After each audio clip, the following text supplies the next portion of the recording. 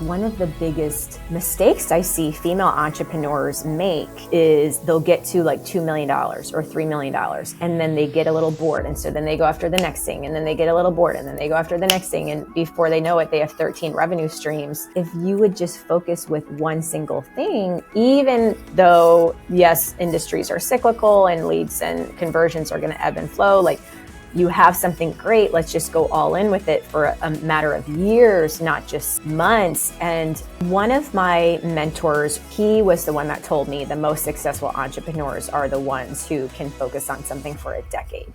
Welcome to the She Believed She Could podcast. I'm your host, Allison Walsh. Since 2020, this show has inspired thousands of women around the world to believe in themselves and take bold action toward the lives they're meant to live. Each episode brings you powerful conversations and practical strategies to strengthen your mindset, build your confidence and brand, grow your business, and protect your well-being, all while spotlighting stories of women who are making a difference and changing the world in their own way. I am so glad you're here. Now let's get to work.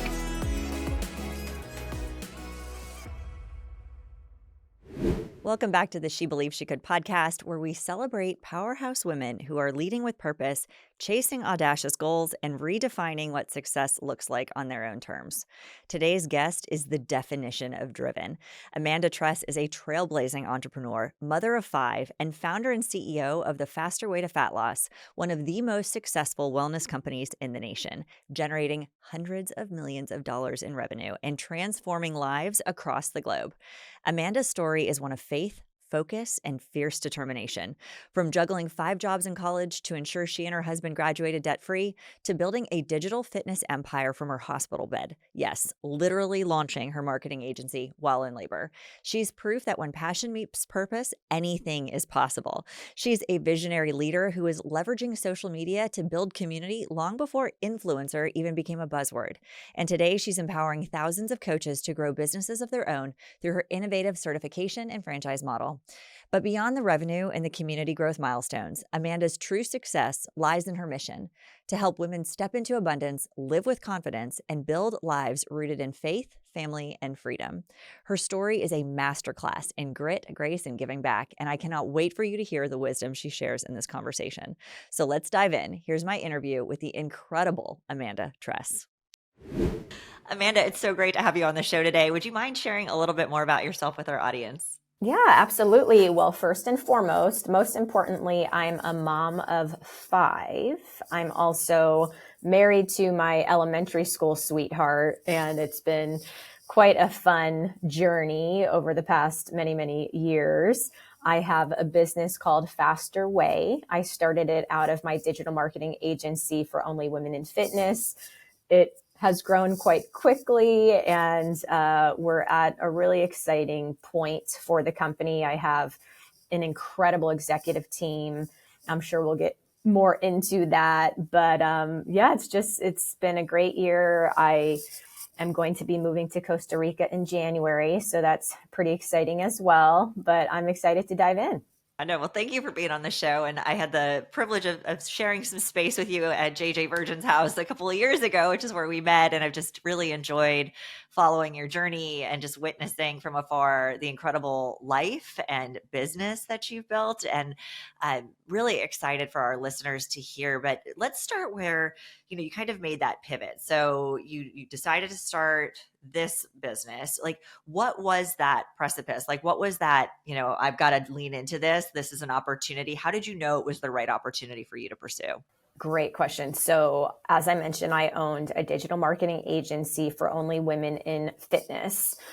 Really wellness. I was working with naturopathic doctors in Canada. I had trainers, nutritionists, registered dietitians who were working with me through the agency. And my passion was to eradicate poverty for women in wellness, because the average yoga instructor, for example, at the time was only earning $24,000 annually, even working weekend hours, evening hours, all day, every day. And for me, that just wasn't acceptable. I had worked at 6 different gyms. I'd been mistreated. I'd been taken advantage of, and I knew there was a better way. Obviously, Zoom was coming out, Skype, flip cams when I started my online business, YouTube. And so I thought, man, if I can help these women really grow and scale a digital online offering, that is going to empower them so much more effectively. But a few years into growing that agency, my clients were calling me and they're like, Amanda, you're helping us with social media marketing. We set up a sales funnel. The website's beautiful. We're getting all of these customers into our online programs, but our customers aren't seeing results because our programming isn't effective. And I was like, okay, that's a different pain point than I was expecting, but let me go ahead and now solve that. I was simultaneously running my own little side hustle with previous gym clients. The program was called Faster Way, incorporating intermittent fasting, carb cycling, macro tracking, and then pairing a food cycle with effective 30-minute workouts. So I said, okay, I'm going to build a certification around my program and get it approved by all of the biggest organizations in the industry. And then you can become certified to plug into my platform and run my program with your own book of clients. So that was 2017. I created the certification. Early 2018, the month I had my third baby, the certification was approved. And so at that time, I decided to create my new model. It was the spring of 2018, and overnight, 85 of my agency clients became certified. And that year we did about 12 million in revenue. The next year we did 34 million.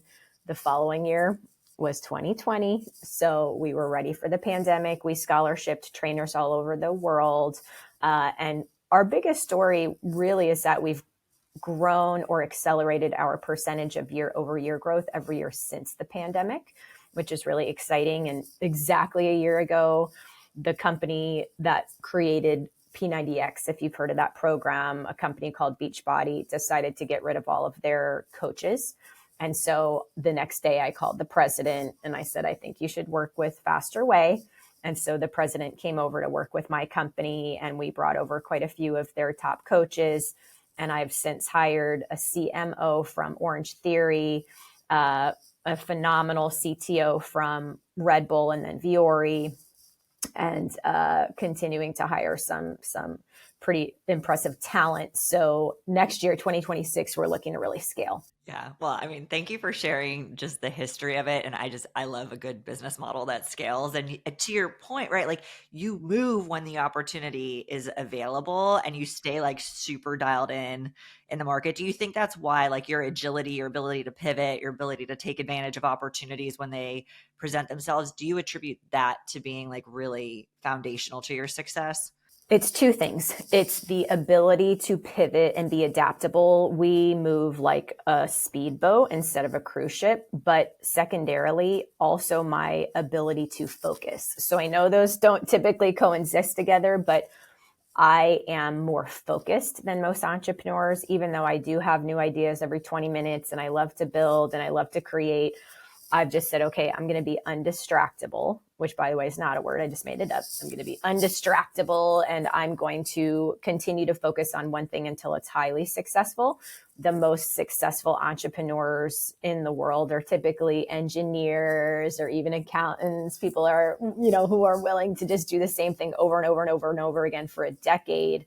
And so it's the focus, but then also we do listen and we bring in enough data and kind of anecdotes to know when it's time to make a shift. And then we quickly test, iterate, and optimize. And my company employees and also my coaches and community have seen me test so many things. And they always know, okay, it's a test. We don't know if Amanda's going to stick with it, but and then if it is really going well and we have the data to support it, we'll go all in with it.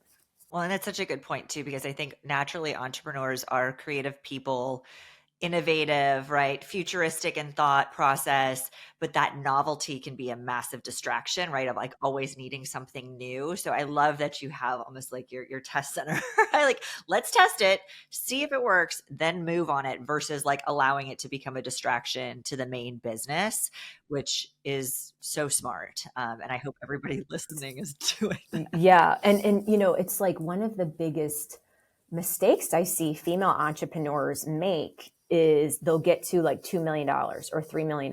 And then they get a little bored. And so then they go after the next thing, and then they get a little bored, and then they go after the next thing. And before they know it, they have 13 revenue streams. And I'm like, girl, you are so incredible. If you would just focus with one single thing, even though, yes, industries are cyclical and leads and conversions are going to ebb and flow, like you have something great. Let's just go all in with it for a matter of years, not just simply months. And having an innovation lab on the side, I think, is fine and appropriate. But I do see that a lot with my girlfriends who are entrepreneurs. I'm like, okay, I love you. And I have ADD as well, but we just gotta we gotta try to focus for a little bit. Oh, I love that. Now, where did you learn that from? Always fascinating to hear where it comes from. One of my mentors early on when I had my agency, he was the one that told me the most successful entrepreneurs are the ones who can focus on something for a decade. And then as I kind of felt into the right model, I was like, okay, this feels like it's the sustainable, scalable, potentially saleable business. And so I was like, it's going to have to be a 10-year journey. So it's so important, and it's also so easy to get distracted. So I'm glad we spent some time there. As you think back, though, I mean, obviously you've had tremendous success, but we also know that we learn a lot from those things that don't go as well. yes. So are there any particular experiences or things that you've gone through that you'd be willing to share that you've learned the lesson maybe the hard way? Oh, absolutely. Yeah. And, so many times it's around people. Business is simple. People are a pain in the butt. People are complicated. People bring me agony and grief and oof.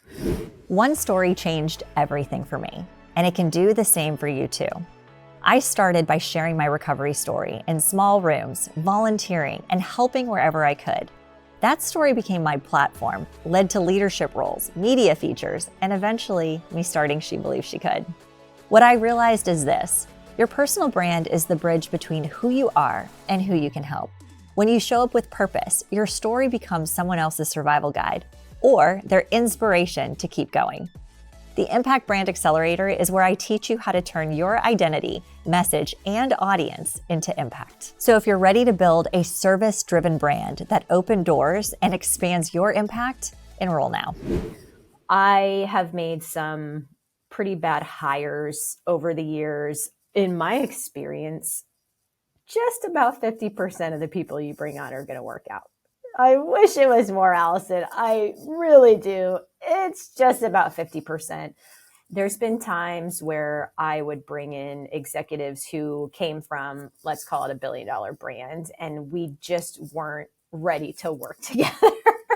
In 2019, I brought somebody in, really smart person, had all the right credentials, went to a fancy college, had worked in private equity and XYZ, but I, was in my young 30s and just wasn't ready to work with someone who was more used to running a business versus building a business. That's been a big aha moment for me is, we still operate in many ways like a lean startup. I love that mentality. And so having someone who comes in from big business with this unlimited budget and just like this person came in and I really think he thought he had like $30 million just burning a hole in his pocket. I was like, well, I went away for like 5 days and he like obligated us to Salesforce contracts and a new building. And it was like 5 different things that I had to unwind all of this stuff when I got back home from this 5-day trip. I was like, well, we're not going to do that. That's been definitely a mistake. We've launched things too in the innovation lab that just have not worked for various reasons. But I mean, I don't know how much time you have to hear about all my mistakes. People, I think that's a really good point. So I was involved with some hypergrowth startups for the better part, well, it was like 12 years. And you're absolutely right that you have to make sure that that mindset and just the grittiness that you need, that alignment of like, okay, listen, we're going to roll up our sleeves. We're going to do things the lean way, right? We're going to run fast at this and we're going to stay focused. We're going to make smart business decisions. Like all of those things are so important. As I've, been a part of companies and organizations for a period of time or scaled my own, people that come in that are more established. It was such a good point that you made. You have to almost remind them how to hustle again, and just how to just roll up the sleeves, and not everything gets delegated. You might have to do that work. Like, Right. that's the other part that I've witnessed, and I don't have a lot of patience for it because it just isn't going to get you to that next level. And yes, Right. you may have had these experiences and helped grow other companies to that level, but you're also here to help grow this company to this level. So like, let's go. Yep. Yeah, super important. Question two for you. I mean, you are ambitious. Like you set your mind to something, you run at it. Have you ever had just like trepidation or fear or concern? Like, I mean, you've done a lot of big things, but was there ever resistance internally that you had to push through, and how did you do it? That is a great question. Yeah, I mean, I don't know if I mean, maybe a little bit of uncertainty of, okay, here's the goal is to be $1 billion brand. Now, I'm not totally sure how we're going to make that happen, but when I stay connected with my purpose and continue to really lean into that impact, I can't say that I feel any sort of fear. Yeah, it's more just like, okay, not sure really quite how we're going to make this happen, but we're just going to have to, figure it out along the way. But yeah, fearful is not something people would describe me as. No, go get her. Yeah. Love it, love it, love it. So, and obviously, I mean, you're always surrounded by other amazing women that are doing great things. You already mentioned kind of one of the pitfalls of being lack of focus that you've seen, but I mean, what else do you see women struggle with, and what's your advice? Yeah, I personally struggle with this, and I think it's more so for us female entrepreneurs. I allow myself to get emotionally invested in people and projects, and I think that's our superpower as women, is that we can bring a more feminine style of leadership and a feminine perspective to the table. But man, I recently had a massive HR issue, just huge, and it was completely out of my control. It had nothing to do with me or the company, but I just allow my empathy and my compassion and my loyalty to kind of cloud, not my judgment, but just kind of allow me to be sucked in a way that is, going to create sleepless nights. And,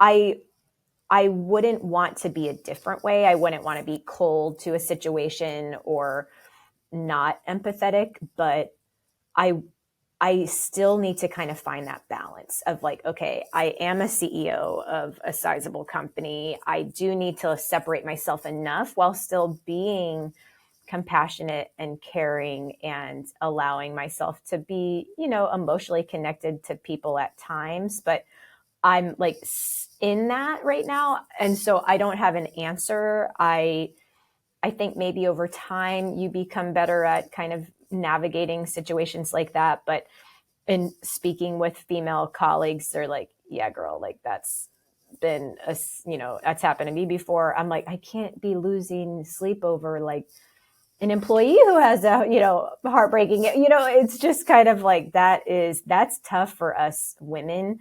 And because we have such a big reach in the marketplace, I do hear about so many people, with cancer or their child just passed away or, I mean, it's just heartbreaking. And I really kind of sometimes like am down. Like, I don't know how doctors and nurses do it. Yeah, they are angels on earth because I don't know either. Yeah. Yeah, I mean, I spent 15 years in the behavioral health industry, and we don't meet people on their best days. And my teams were, my sales teams were literally taking phone calls of families that were struggling in the darkest of days. Yeah. And we really had to pour into them to help them be able to take care of themselves. So it wasn't like secondary trauma. They're hearing Right. horrible stories all day, every Yes. day. Yes. And that was a real concern. And sometimes they just needed a break to be able to Yeah. process. But, to your point, when you're leading teams and you're leading people, like you care about them. And Yes. so it's like caring and being there and being understanding and supportive, but also like self-preservation is really important in so many different ways as an entrepreneur, especially of just being there, but also being able to take care of yourself and everybody else, because it can be a lot. It can be really heavy. I'm going to need your notes on that. Truly, it's like, yeah, I hear these stories or, I'll have, this was just so awful. I had a coach who passed away from cancer, and I looked in my DMs the morning I found out, and she had messaged me multiple times, but because I get so many DMs, I hadn't seen it. And her husband had reached out to me multiple times, and I just lost it in the office. I was just a mess because I'm like, here, someone was confiding in me almost as like a boss, and wanting me to support and pray. And I wasn't able to even keep up, with the amount of DMs. And so, and you just feel like this sense of guilt. And then not to mention I have 5 kids, so like, there's a lot going on. Yeah. Trying to also parent them. So that, there's like an emotional kind of burnout component, and you don't want to become cold to things. But at the same time, last story over the weekend, we had a leg day. We do live leg days all over the country. And one woman stood up. We asked for testimonials at the end. She said, exactly a year ago, my daughter passed away. She was running, cross-country runner, heart stopped. And so I wanted to come to this workout today just to keep, busy. And like, I'm on stage, she's like pouring, and like, I can't even speak. Like, it's just so sad, and our program, it really does, it changes lives. People have said, you saved my life, so it's like understanding the weight of that and like continuing to move the mission forward while not like letting it get too deep, Yeah, no, it is. It's a huge responsibility. And how cool that you've created an organization and a business that allows people to show up as they are. So just like, holding the mirror up for you too, like that's really special because that's not necessarily the case for everybody's company. So kudos to you. So curious, like, what are you excited about? Obviously moving to Costa Rica is pretty cool, but like what else as you build the business and you grow? Obviously you've got a big goals for 2026. Like, what does this look like a year from now? Yeah. So we recently launched a 3-week program. So our product flow is super simple. You come through a new client program and then transition into our membership. We have always done a 45-day program, but I know attention spans are shorter than ever. So 2 weeks ago, we launched a 3-week new client program instead of the 6-week, and we lowered the price. So the Tripwire product is now only $99 instead of $249, which means we're going to auto bill way more people into the VIP membership, which creates impact. Engagement equals retention equals impact, and lives change. So we're already tracking really well on metrics with that. And we are going to be rolling out some pretty awesome technology in 2026. We're currently laying a foundation for an entire restructure and a replatforming. And one of the most exciting components is that we are going to have new co-branded websites with all of our coaches who are independent contractors who really run a digital franchise model on their end, but we are going to be best in class, absolutely industry kind of leader in this particular realm.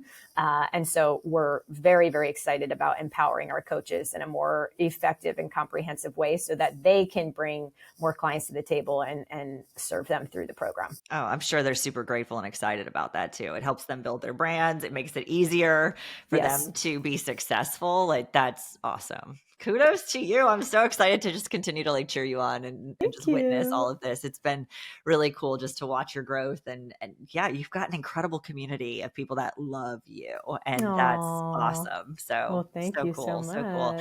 I'm curious, we like to wrap up every episode with a couple questions just to get unique perspectives on similar topics. But what does confidence mean to you? Ooh, what does confidence mean to me? Well, definitely not an arrogance. I think you're still approachable, eager to learn, but you're able to walk into a room and because you're so connected to your purpose, just kind of move through life in a way that's very focused. That was, a lot of words, Theme but of the that's what it means to me. episode. Okay. Yeah. Oh, I love that. I love that. And then was there a pivotal moment for you? I mean, the name of the show is She Believed She Could. Was there a moment specifically for you where you believed you could and it made all the difference? Oh, that's such a great question. When my husband and I were in high school, we watched our siblings do things that kind of, weren't aligned with our values financially and just personally, and kind of made a decision that we were going to go a different way. And that was like way back, in high school and early college. But when I was in my very, very young 20s, I went to Vegas to speak about email marketing, Google campaign code, search engine optimization. And I stayed at the Mandarin Oriental. And I remember looking around and I told my husband, I said, I belong here, like with these people who seem to have a lot of money. I was like, I just feel so comfortable, here. I'm like, I decided then that we were going to be millionaires by 30, multimillionaires by 34. And I just kind of made that decision, and I've been, pretty focused ever since. I love that. I love that. So, well, thank you so much for being on the show. Is there anybody else that you recommend for our audience to follow or be inspired by? Like, who lights you up? Who motivates you?